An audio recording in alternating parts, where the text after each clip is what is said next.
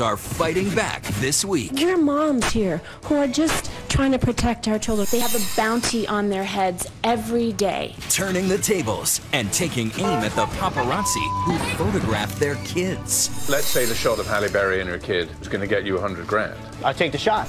I'll take 2 shots. Fighting back. And exclusive new details in the fight over Usher's little boy, just hours after he nearly drowned. How did this happen? Who was watching him? Why was my son underwater for nearly 3 minutes? Why is this former lost boy fighting to not lose his little boy? Can you hear his voice?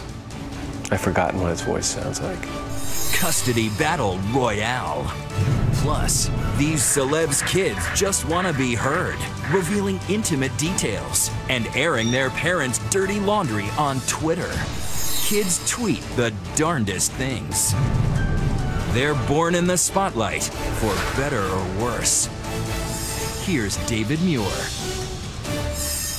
Good evening. Elizabeth is off tonight, and we're going to begin here with the explosive testimony from some famous parents this week, out to protect their babies, their young children, from the glare of the paparazzi. Their parents are famous, but tonight they're arguing their children are not, that they didn't choose this. This evening, hear the heart-wrenching pleas from parents including actresses Halle Berry and Jennifer Gardner. But will it be enough? Here's Nick Watt. Ben, how was you guys' dinner? Ben Affleck has tried fighting back. I'm sorry, man. I'm sorry. Can you blame him? Every day, a dozen photographers follow Affleck, his wife Jennifer Garner, and their 3 little kids. Their daughters have begged for it to stop.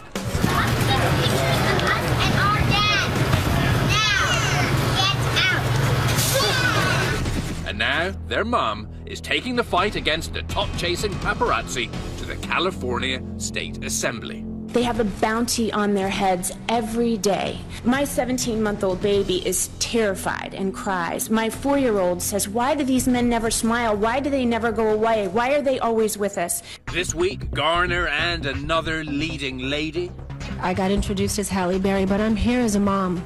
Are fighting for a bill that could land a paparazzo in jail if he, quote, seriously alarms, annoys, torments, or terrorizes a celebrity's kid in the process of snapping their picture. Berry has, on occasion, totally lost her cool. It's to harass children because my child is in there. You are. She's at school. And to leave children alone. We aren't just whiny celebrities that many times people think we are. They have the right to take the photographs. As much as I hate it, as much as I hate that my children are objectified that way, this bill still allows them to do that. What we're asking them to do is to take these pictures with some dignity. I love my kids. They're beautiful and sweet and innocent. And I don't want a gang of shouting, arguing, law-breaking photographers who camp out everywhere we are, all day, every day, to continue traumatizing my kids. These days, celebrity kids are everywhere. On our TVs, in our magazines. Which ones look like their parents? Who's the cutest? Wow, aren't they stylish? Is that one a pawn in a messy breakup? Stop taking pictures! Jason's taking you in a movie. This is the high price celebrity kids are paying for inherited fame, for being born into a Hollywood family business. Ben Evanstad owns the National Photo Group, a celebrity photo agency in Los Angeles. 6-year-olds going to school. Do you never feel bad for them? Feel bad? No. Do I feel bad for taking a picture of someone that's newsworthy? No, I don't, as long as I'm within the bounds of the law. They're not famous, they're not celebrities. It doesn't warrant scrutiny, it's not appropriate, it's not healthy. Unfortunately, that's not the way it works. The way it works is, if you're in the public eye, regardless of whether you chose to be there or not, you're gonna have some attention from the media. And that's where these children find themselves. Get back, guys, get back. And most of these kids really, really hate it. That scared little pink bundle is Suri Cruz. She is prime paparazzi prey. This is totally illegal in, say, England or France, but it is totally legal here in the United States. It's a First Amendment right. The intent of the law is to protect these women and actresses from being harassed when they have their children. So I'm always a little leery of any laws that I think ultimately could impact legitimate journalists from doing their job. When I walk up to school with my son and there are cameramen following me, he has a relationship with the camera that's antagonistic. His class pictures for 2 years have been this. And I think it's a shame for him. But if a 6-year-old is saying, please don't take my photograph, the paparazzi will not listen to that child and will continue taking the photograph? They'll take the photograph. They'll take the photograph? They'll take the photograph. Because it tells a story. We rolled with Ricardo Mendoza and LA Paparazzo on the Celeb beat 7 days a week. There's Kelly Osbourne right there. See her? Right there. In the... Hi, Kelly! I felt a bit shy to get out of the car. Like you're not worthy of it almost. No, it's more that just I just feel weird, like, getting in someone's space. He says he's one of the nicer guys lurking in the bushes. He never gets closer than 5 or 6 feet. He's friendly. And Mendoza says he would not, for example, snap Halle Berry dropping her kid off at school. But just wait till you hear why. The financial gain that I'm not going to get out of that, it's not worth the hassle of hearing her yell at me. The pic, he says, is worth only $250. Okay, but let's say the shot of Halle Berry and her kid was going to get you 100 grand. I'll take the shot in a heartbeat. I'll take 2 shots. Hate me for all you like. I'm the photographer. It's the general public. The general public craves it. They want to see it. We, the public, buy these magazines, watch these TV shows. Is that the bottom line? Mendoza has photographed his share of crotch shots and drunkenness and claims it is his duty to document the good as well as the bad. I have to show the foundation of family. That's my defense, and that's the only one that I need. Julia Roberts, that's her chasing down a paparazzo from the school gates. She does not agree. You can turn your video camera off, because I'm going to talk to you about the fact that you're at a school where children go. Turn it off. She is awesome. When we do public events, they are very welcome to come and work with us and take the picture in situations when we both agree to do something together. But them running errands during the day or bringing their kid to school, I just don't think that's right. Kevin Mazur, a celebrity photographer, the kind who gets invited inside, made a documentary about the paparazzi, available on Netflix. It's called Celebrity. They're $50, $250 to as much as $250,000. I don't know that anything's going to change. I mean, every time I think we've reached our lowest, we seem to dig lower even. Stop it! I'm not kidding! And neither are these crusading moms. It's not about me. Take my picture. I get it. They're just kids, like your kids or anyone else's. And just like you want to protect your children, I want to protect mine. That's easier said than done. Even if this new bill she's championing becomes law, it won't stop this or this. The paparazzi won't stop. If it's not me, it's going to be that little Joe Schmo with the mobile camera. Those little smartphones now. Everyone's a paparazzi now. Good luck. Strange as it may seem to some, snapping a picture of a celebrity kid on the street is enshrined in the First Amendment. You know, I kind of asked for this life and kind of knew that this is part of it. There's a price to fame. Now, are you willing to pay it? Our thanks to Nick Watt tonight, and we want to know what you think. Tweet us your message about the paparazzi. Use the hashtag ABC2020. Should those children be off limits? We'll be right back.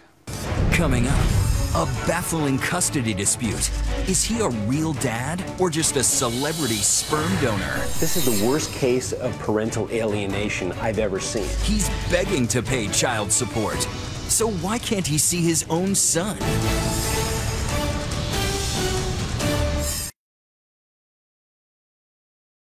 Tonight we turn to a famous actor now making news, fighting to hold on to his most cherished role ever. Far from any movie screen, this is a much different kind of role, the one as father. Jason Patric is fighting for shared custody of his biological son named Gus. But Gus's mother says that was never part of the plan. And tonight, right here on 2020, for the first time, Jason Patric sitting down with us after learning California lawmakers have dealt him a serious setback. A cherished home video of a father and a son. But this famous Hollywood actor is now starring in a real-life drama of his own. You may know him from his other roles, the ones on screen. Jason Patrick was one of the young stars of The Lost Boys, later in Sleepers with Brad Pitt and Speed 2. Dating some of the most glamorous women in Hollywood. Came from a famous family. Jackie Gleason was his grandfather. But away from the glare, Jason Patrick was working on something else, trying to have a baby with a woman he'd been dating on and off for years, Danielle Schreiber. I've been in a lot of relationships. I was always worried about having a child. But I was with someone, and I was at a certain age, someone that I trusted and I loved, and so I said, well, we can try this route. But please promise me that the ups and downs that come with it, you're not going to become a crazy person in that situation. I don't want it to affect who we are as a couple.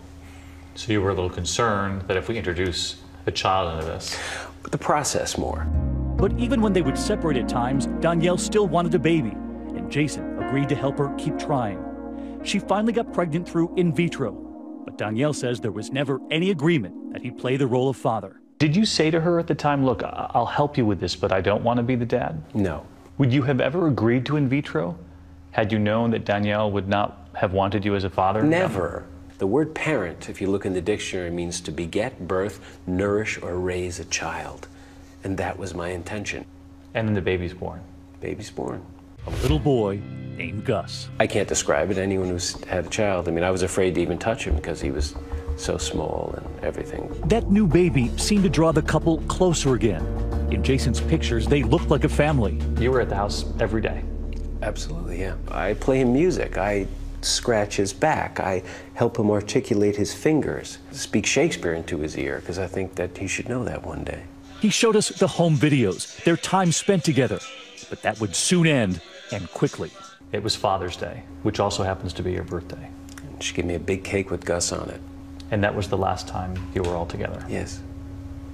Because he says soon after that birthday, when he suggested after years of ups and downs that they break up, but continue parenting together, it changed everything. And 1 week later, I get an email, speak to my attorney.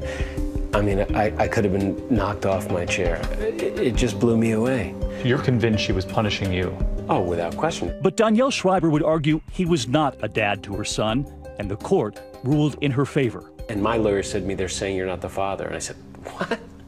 You're not the father. Their contention is because you went to that clinic. The law says. The law says. You're the law a sperm says donor. Right. In California, if you're not married and you go to a clinic like Jason Patrick did with Schreiber, under the law, you're considered only a sperm donor with no rights as a father. The two most important words in a child, the two most important visions, ideas are mama and dada. It means safety, support, food, love. Danielle has also said that Jason never intended to be a father. In fact, she says he insisted that it all be kept a secret in her previous statements to the press.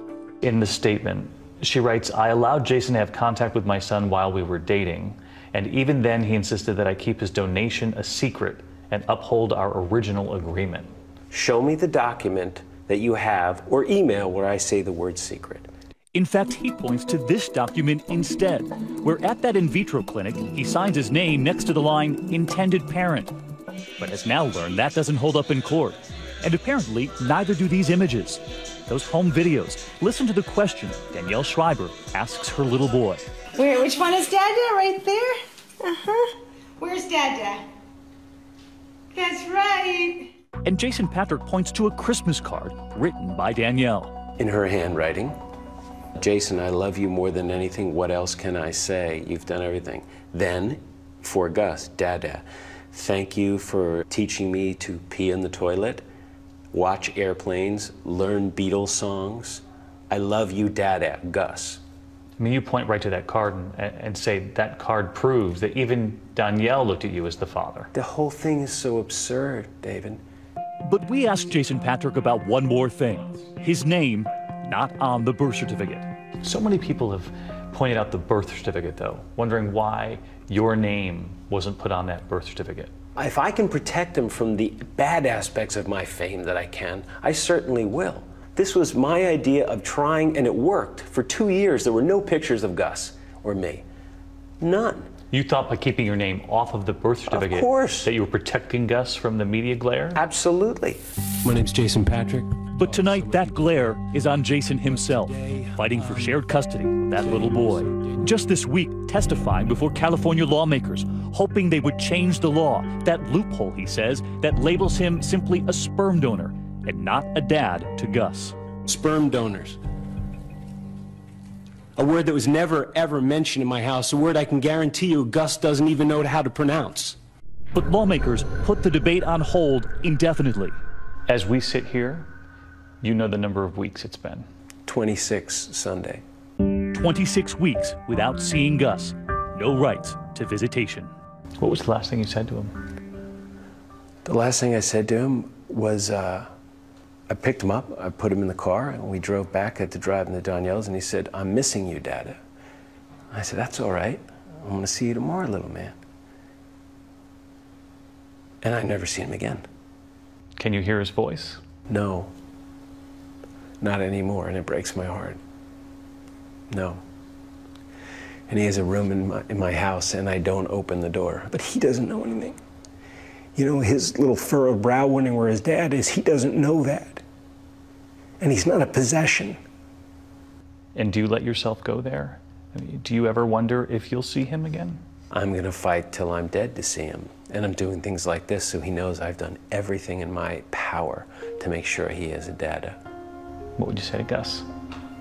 I love you. This is not your fault. I promised you I'm going to do everything I can to see you, little man. And to Danielle, she's watching? Why? Why?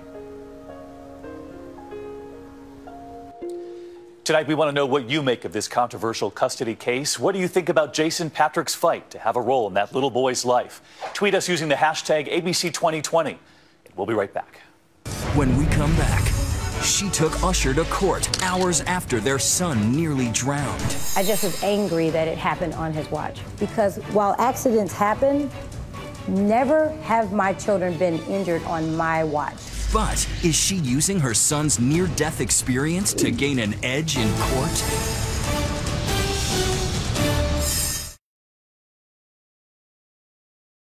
Famous Parents, Famous Problems continues with Dan Abrams. When a celebrity like Usher fights for custody of his kids, even something as poignant as a courtroom hug with his ex might be a piece of showbiz. I don't think it was a sincere gesture. So you think he was just doing it for the cameras? I call it the casket rub. I think it was the dream team, you know, gave that as advice. Hey, you have to look like a good sport, and you save face because you look like you hurt this woman, so you give her a hug. These were the unvarnished words of Tamika Raymond, fashion stylist, mom, and maybe most famously, Usher's ex-wife, speaking out exclusively to ABC News this week. This is almost like the Twilight Zone. I have to pinch myself sometimes and say, you really don't have your kids? Like, it just doesn't even seem right. The Usher custody case has torn back a curtain on the rarefied world of celebrity parenting. Usher! Caught in the middle, 5-year-old Usher V and 4-year-old Naveed, the offspring of a 4-year relationship. It was a friendship, you know, and I think that he appreciated having someone that would be completely, brutally honest. Tamika figured she'd spend the rest of her life raising her kids as Mrs. Usher Raymond.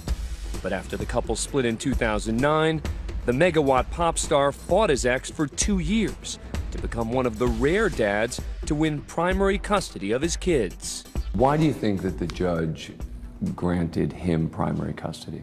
I think that in the courts there's a lot of gender bias, and I think that there's also a lot of financial bias. So you think that he won the custody fight because he's rich and because he's Usher?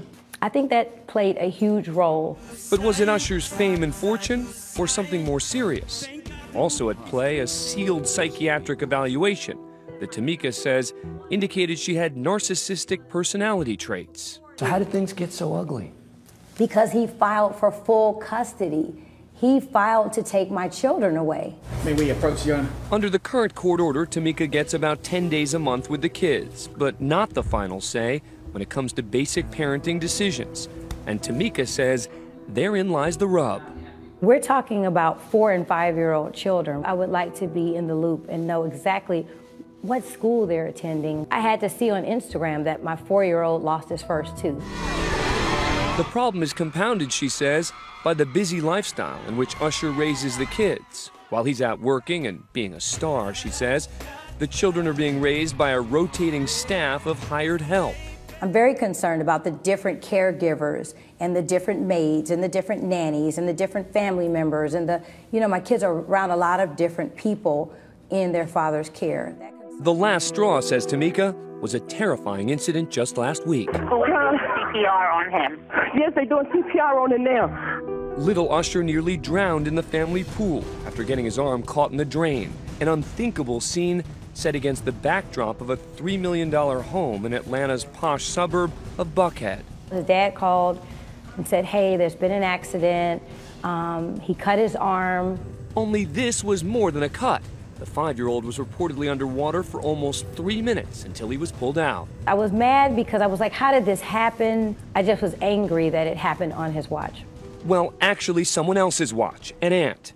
Usher was reportedly at a recording session a mile away at the time of the incident, which is why Tamika says she filed for an emergency court hearing, asking a judge to turn their son over to her care when he left the hospital. I feel like the kids are not getting proper care.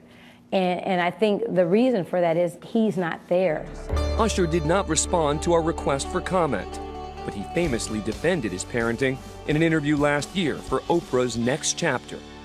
I'm not an absentee father at all. I have to temper my schedule based off of when I know I have to, deal with and manage my children's schedule. Who's helping you raise them? The village, that is my mother, that is my grandmother, that is my Aunt Rena. And so you don't have a nanny? I do have a nanny as well. And he said it was Tamika who upped the ante, bringing the custody battle to the boiling point. She made us enemies in a way that I could never understand. Some see Tamika's latest play to get custody as another shot across the bow. This is ridiculous. I think that Tamika Raymond was exploiting the pool incident to try to regain custody, and I think that had the roles been reversed, that he would have exploited the pool incident. Former litigator and host of the web series Crime Time, Allison Hope Weiner, says celebrity custody disputes are in a class of their own. It's divorce on steroids. So it's what everybody's horrible divorce is, but then everything is magnified. Before her crusade against the paparazzi, Halle Berry waged war over her daughter. And her battle didn't just get nasty, it got physical. You get a life! Halle Berry's fiance and her ex come to bloody blows. What will the fight mean in the superstar's ugly custody case? I mean, they had a big fist fight between her current husband and her ex-boyfriend while her child was standing there. The brawl sent both men to the hospital and landed Berry's ex, Gabriel Aubry, in jail for initiating the fight, though the charges were later dropped. And Usher's not the only high-profile man to win primary custody of his kids. There's Miami Heat superstar Dwayne Wade. He's been sparring with his ex, Siobhan Funches Wade, over their 2 sons for years. It is one of the most contentious we've seen in Chicago in recent years. It's one of the most difficult things that I've ever been through. She even camped out on a street corner in protest of their custody arrangement. Normally, those of us in the private sector who have a divorce, we get to have our shameful behavior kept private. The type of shameful behavior Tamika readily admits to in the wake of her divorce. You were accused of threatening him, of hitting him, spitting at his girlfriend. Definitely. All true? All true. All true. Should they be relevant in connection with the custody case? I don't think they should be relevant. I mean, we're talking separate things. We're not talking about how well I make breakfast or how well I teach my children or what kind of love and affection I give to my boys. Love and affection that Tamika and Usher hope will shield their boys from the pain that accompanies any custody battle. Is a child of a celebrity going to experience the same sort of pain as a private citizen's child? Absolutely. It's all a complete nightmare. Next, why read the tabs when you can read the tweets? Celebrity kids at the keyboard, revealing family secrets that would surprise even their parents. Michael is turning over in his grave as his daughter's tweeting, I promise you.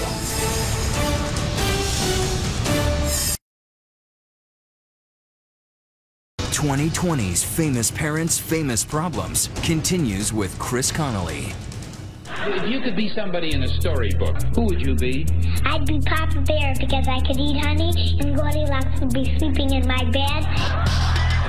Back in the day, on Art Linkletter's house party, television viewers were told that kids say the darndest things. What do movie stars do? Has a movie star breakfast, then it goes in a movie star car, and then it goes to bed with another movie star. But 50 years later, the things some celebrities' kids are saying on Twitter or showing on Instagram could make anyone go, damn. From Paris Jackson and Miley Cyrus to Willow Smith. What gets your audience excited about the words of these celebrity kids on Twitter? I think it's definitely when there's something dysfunctional going on. Celebrity parents are definitely freaked out by their children, having control, having a voice, being able to be on a soapbox. They provide what can certainly appear to be a stunningly candid look into the private lives and attitudes of personalities in the public eye. When a child of a famous person tweets, it feels like we're seeing something that no PR, no spinmeister, nobody can stop. It feels real. For people in my business, that's the beauty and the hell of social media.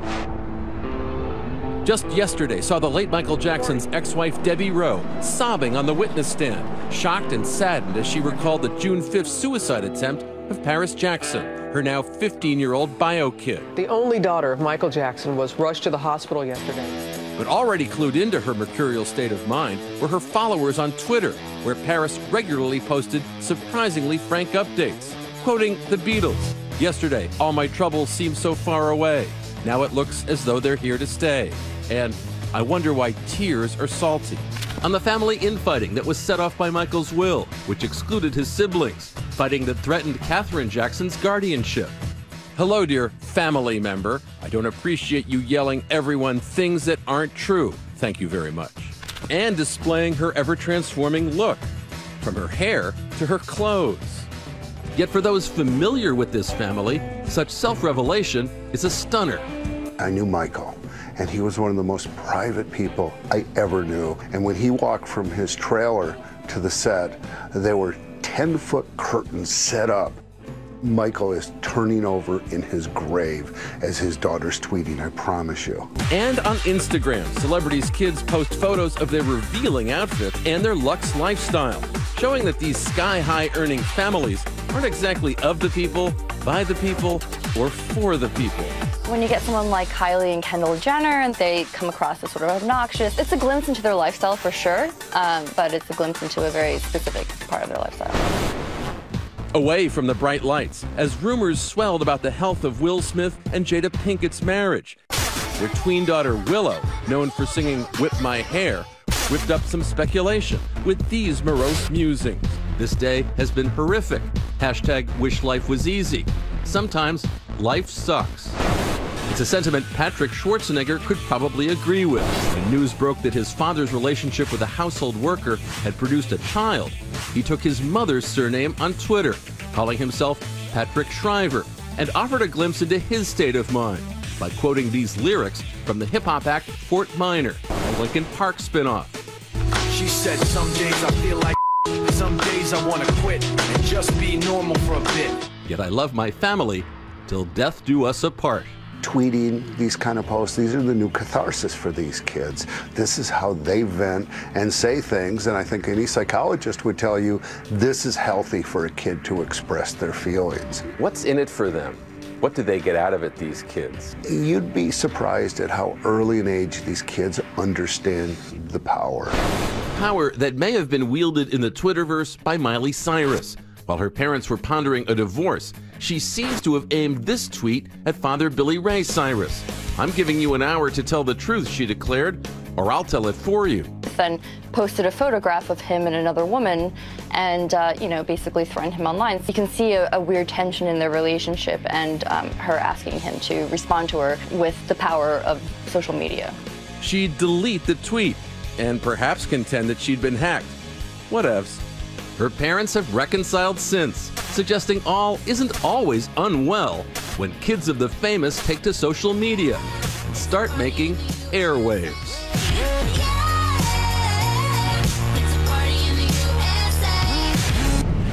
Is she the meanest mom in Hollywood? New developments tonight in the over-the-top feud between Shirley MacLaine and her daughter. Did she choose being a movie star over you? She absolutely did. How would you like to have Joan Crawford for a mother?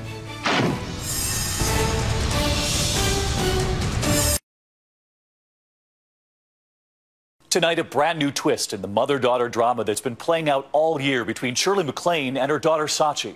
This evening, Shirley MacLaine's surprising response to her daughter's claims that her mother was hardly a mother at all.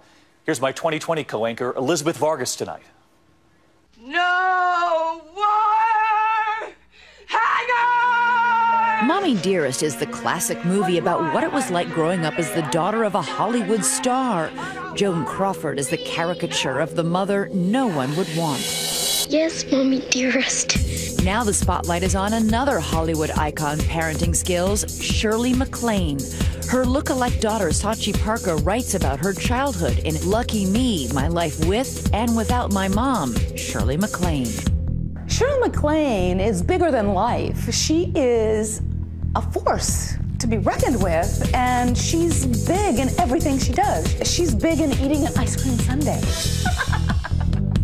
Come War and Peace, Downton. Now starring in the global sensation Downton Abbey, MacLaine at one time was a triple threat who sang, danced, and acted, and went on to win an Oscar. I deserve this, thank you.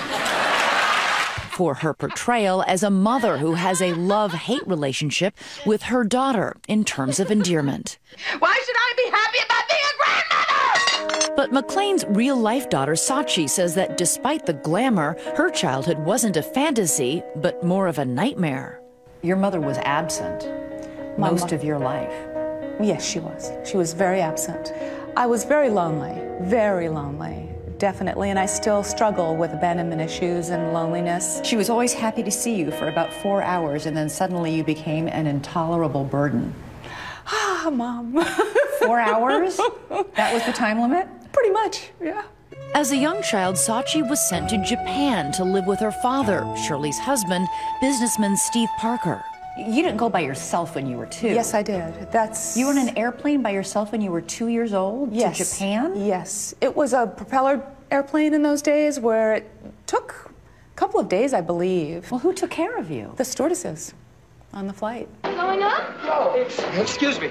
MacLaine remained in Los Angeles making movies. She spoke to Barbara Walters in 1990 about how her career came first. And I was not about to give up my work. No, I saw my mother suppress her own creativity. I wasn't going to let that happen to me. Sachi says she looked forward to the little time she did spend with her mother, holidays and a few weeks during the summer. I missed her all year. But she lived primarily with her father, who she says was verbally abusive. You said, he had a special nickname for me, the idiot. He obviously had little respect for my intellect, and he would never let me read. I don't know why. That's pretty harsh. It is harsh. That is harsh to be called an idiot. It's a definite source of pain for me, still. MacLaine and Parker had an open marriage and saw each other just 2 or 3 times a year. When we married each other, we recognized neither of us wanted a conventional marriage. We did not want to be tied down.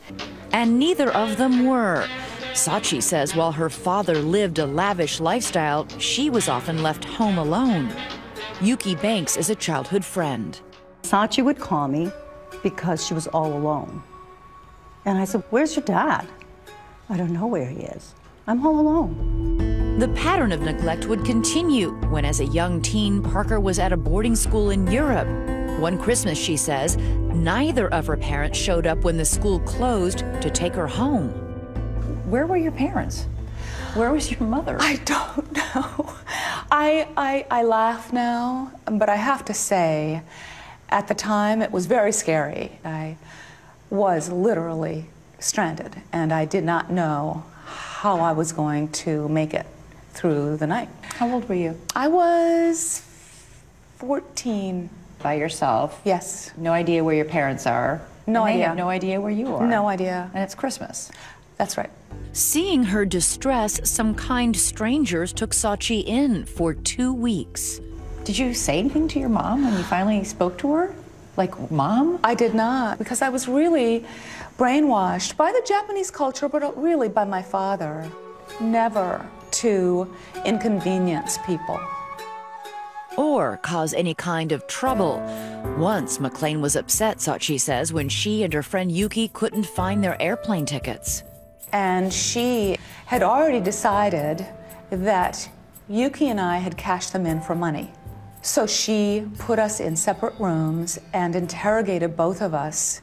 I remember just the feeling of being starving, being locked in the hotel room and just having the tap water. I was really scared. I thought, oh my gosh, I am so glad this person is not my mother.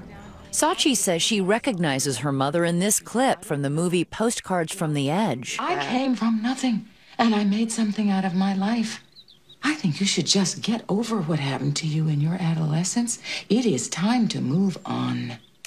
Unable to afford college, Sachi worked as a maid, a waitress, and for 4 years as a flight attendant, still wishing for a connection with her mother.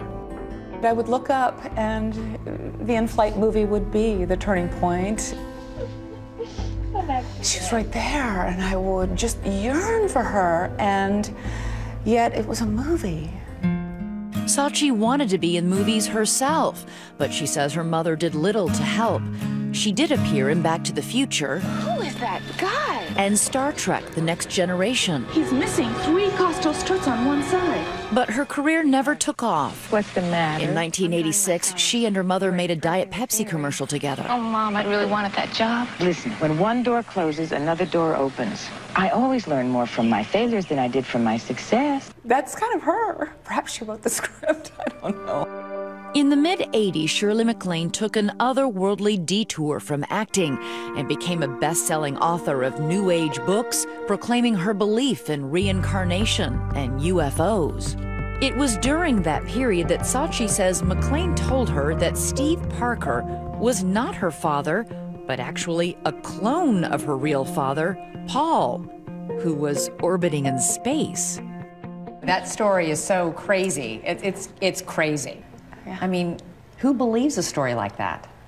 She does, and did.